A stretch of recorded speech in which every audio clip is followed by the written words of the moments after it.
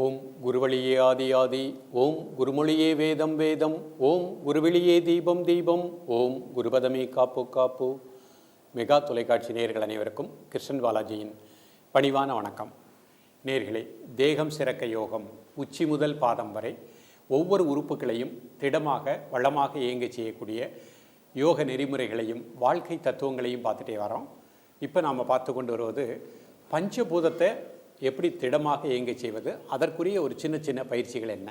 அதில் நம்ம நிலம் பார்த்துருக்கோம், நீர் பார்த்துருக்கோம், நெருப்பு பார்த்துருக்கோம். இப்போ இன்றைக்கு நம்ம பார்க்கக்கூடியது காற்று. இந்த காற்று மூலகம் மிக அற்புதமான ஒரு மூலகம்.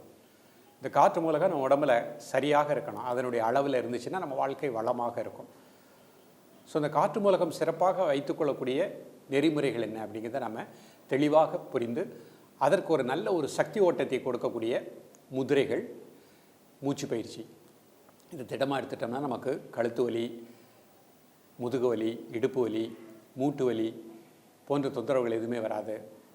மூச்சு விடுவதில் சிரமம் இருக்காது, சுவாச கோளாறுகள் வராது, இதயத்தினுடைய துடிப்பு அதிகமாகுவது, நுரையீரலுடைய இயக்கம், சிறுகுடலுடைய இயக்கம் எல்லாமே நன்றாக இருக்கும்.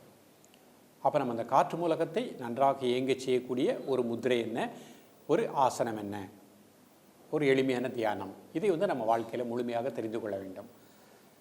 ஒவ்வொரு மனிதனுமே வாழ்க்கையில் நம்மிடம் இருக்கக்கூடிய பஞ்சபூதத்தை சமமாக இருக்கணும். காலையில் நீங்கள் எழுந்த உடனே கண்களை மூடி இயற்கையிட்ட நீங்கள் பிரார்த்தனை செய்யக்கூடியதே, காலையில் எழுந்த உடனே கைகளை வைத்துட்டு இந்த உடலில் பஞ்சபூதங்களும் சமமாக இயங்கணும், அதன் விகிதத்தில் சரியாக இயங்க வேண்டும், அதற்கு இயற்கை எனக்கு அருள வேண்டும். அப்படி சமமாக இந்த உடலில் பஞ்சபூதம் இயங்கும் பொழுது இந்த உடல் சக்தி பற்றி இயங்கும், நல்ல அற்புத ஆற்றல் பற்றி இயங்கும். அப்போ அது உடல் சக்தி, அபார சக்தி எதுக்கு கொடுத்துருக்காங்கன்னா பிறருக்கு நாம் சேவை செய்வதற்கு. அப்போ அந்த சக்தியை வைத்து நாம் மற்றவர்களுக்கு முடிந்த அளவு நம்மால் முடிந்த சேவைகளை செய்து கொண்டே இருக்கணும்.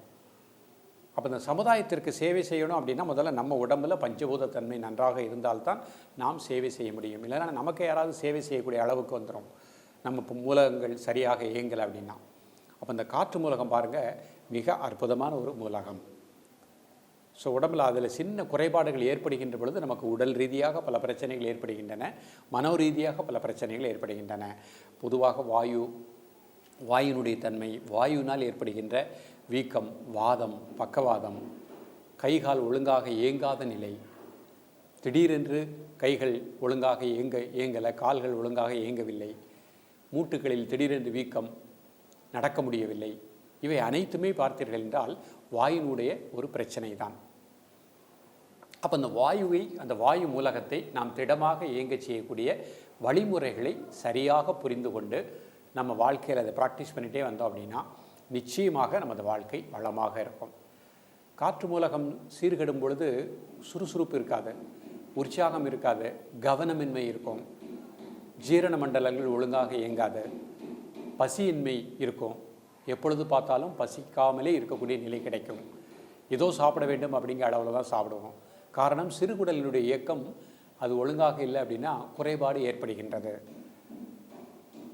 அப்போ மூச்சு நம்ம உள்ளே போகிறது, மூச்சு வெளியே வருது, அதில் ஒரு சரியான ரிதமான மூச்சு உள்ள விட்டு ரிதமாக மூச்சு வெளியே வராது. உடல் முழுக்க பிராண ஆற்றல் நன்றாக இயங்காத நிலை கிடைக்கும். நெகட்டிவ் தாட்ஸ்ன்னு சொல்கிற பாருங்க, அந்த எதிர்மறை எண்ணங்களே இருக்கும். எந்த ஒரு செயலையும் தள்ளி போடக்கூடிய நிலை ஏற்படும். கழுத்து வலி நிறைய நபர்களுக்கு ஏற்படும், கழுத்து பகுதியில் வீக்கம் ஏற்பட்டிருக்கும். அது காற்றினுடைய தன்மையினாலும் மன அழுத்தத்தினாலும் ஏற்பட்ட ஒன்று தான். அது ஒரு தசைப்பிடிப்புன்னு நம்ம சொல்கிறோம், ஆக்சுவலாக அது காற்றினுடைய ஒரு சின்ன வேரியேஷன் தான் அந்த இடத்துல ஒரு வீக்கமாக வலியாக வருகின்றது. ஆங்கில முறைப்படி பல வகையான மருந்துகளை எடுத்தாலும் முழுமையான தீர்வு கிடைக்காமல் எவ்வளவோ நபர்கள் கஷ்டப்பட்டு கொண்டிருக்கின்றார்கள். ஒன்றை புரிந்து கொள்ள வேண்டும், எல்லா வியாதிக்குமே பஞ்சபூதத்தினுடைய மூலகங்களை சரிப்படுத்திட்டோம் அப்படின்னா வியாதியே இல்லை. அது எப்பேற்பட்ட நோயாக இருந்தாலும் பஞ்சபூதத்தையும் சமமாக இயங்க செய்யக்கூடிய அந்த கலைகளை பயின்று நாம் முறையாக ப்ராக்டிஸ் பண்ணிகிட்டே வந்துட்டோம் அப்படின்னா நம்ம உடல் இயக்கம் மிக மிக நன்றாக இருக்கும். இன்றைய காலகட்டத்தில் ஒவ்வொரு மனிதனும் ஆரோக்கியத்திற்கு முக்கியத்துவம் கொடுக்க வேண்டும். ஆரோக்கியம் நன்றாக இருந்தால்தான் வாழ்க்கையில் எதையும் சாதிக்க முடியும். வாழ்வில் எல்லாம் கிடைத்து விட்டது, பேர், புகழ், பணம், பொருள், அனைத்தும் கிடைத்து விட்டது, ஆனால் உடலில் ஆரோக்கியம் இல்லை என்றால் நமது வாழ்க்கை வளமாக இருக்காது. அப்போ நமக்கு முதலில் கிடைக்க வேண்டியதே உடல் ஆரோக்கியம், உள் அமைதி.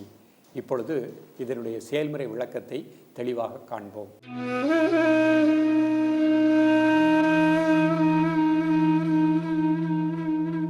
நேயர்களே, இப்பொழுது காற்று மூலகம் நன்றாக இயங்க செய்யக்கூடிய யோக நெறிமுறைகளை பார்க்க போகிறோம். முதல்ல முத்திரைகள் பார்க்க போகிறோம். சின் முத்திரை, வாயு முத்திரைன்னு 2 முத்திரை பார்க்க போகிறோம்.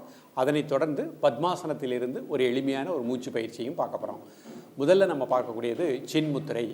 இந்த முத்திரை செய்வதற்கு முன்பாக இவ்வாறு நிமிர்ந்து அமர்ந்து கண்களை மூடி இயல்பாக நடக்கக்கூடிய மூச்சில் கவனம் செலுத்தவும். ஒரு 10 வினாடிகள். வயதானவர்கள் ஒரு நாற்காலியில் அமர்ந்தே பயிற்சி பண்ணலாம். முதுகலும் மட்டும் நேராக வைத்துக் கொள்ளுங்கள். இப்போ பொறுமையாக கண்களை திறந்து கொள்ளுங்கள். 2 கைகள் இந்த மாதிரி வச்சுக்கோங்க. முதல்ல சின் முத்திரை பண்ண போகிறாங்க. பெருவிரல், ஆள்காட்டி விரல், நுனி, மீதி 3 விரலும் தரை நோக்கி வச்சுக்கணும். பாருங்கள், காற்று மூலகம், நெருப்பு மூலகம் 2ஐயும் தான் இணைச்சிருக்கோம். சாதாரண மூச்சில் ரிலாக்ஸாக இருங்க. காலை மாலை 2 வேளையும் 2 நிமிடங்கள் ப்ராக்டிஸ் பண்ணுங்கள்.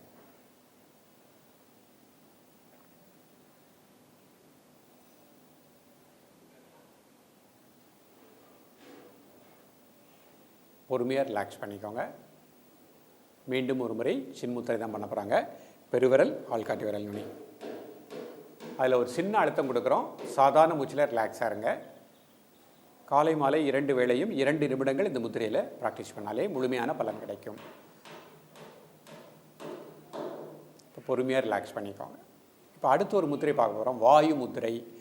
ஆள்காட்டி விரலை நல்லா மடிச்சுட்டு அதனுடைய மையத்தில் கட்டை விரலை வச்சுக்கணும். மீதி 3 விரல்கள் தரையை நோக்கி இருக்கணும். இது வாயு முத்திரை. சாதாரண மூச்சில் ரிலாக்ஸாக இருங்க. இயல்பாக நடக்கக்கூடிய மூச்சில் கவனம் செலுத்தவும்.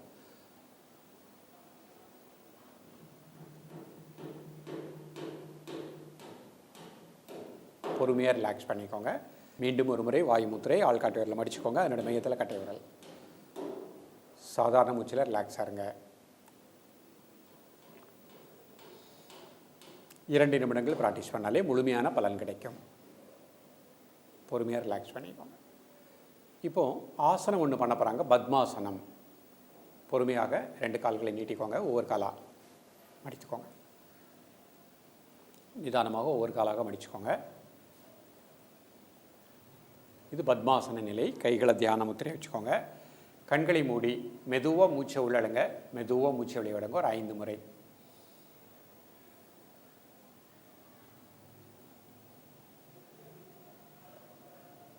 இப்போ 2 கைகளையும் பொறுமையாக நல்லா ஸ்ட்ரெச் பண்ணி தலைக்கு மேலே வச்சுக்கோங்க.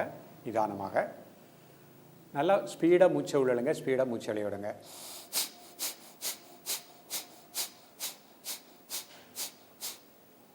பொறுமையாக ரிலாக்ஸ் பண்ணிக்கோங்க. நிதானமாக ரிலாக்ஸ் பண்ணிக்கோங்க. ஒரு 5 வினாடி மூச்சில் கவனம் செலுத்துங்கள். மீண்டும் ஒரு முறை கைகளை நல்லா ஸ்ட்ரெச் பண்ணிக்கோங்க. தலைக்கு மேலே வச்சுக்கோங்க. நல்லா ஸ்பீடாக மூச்சை உள்ளடுங்க, ஸ்பீடாக மூச்சை வெளியிடுங்க.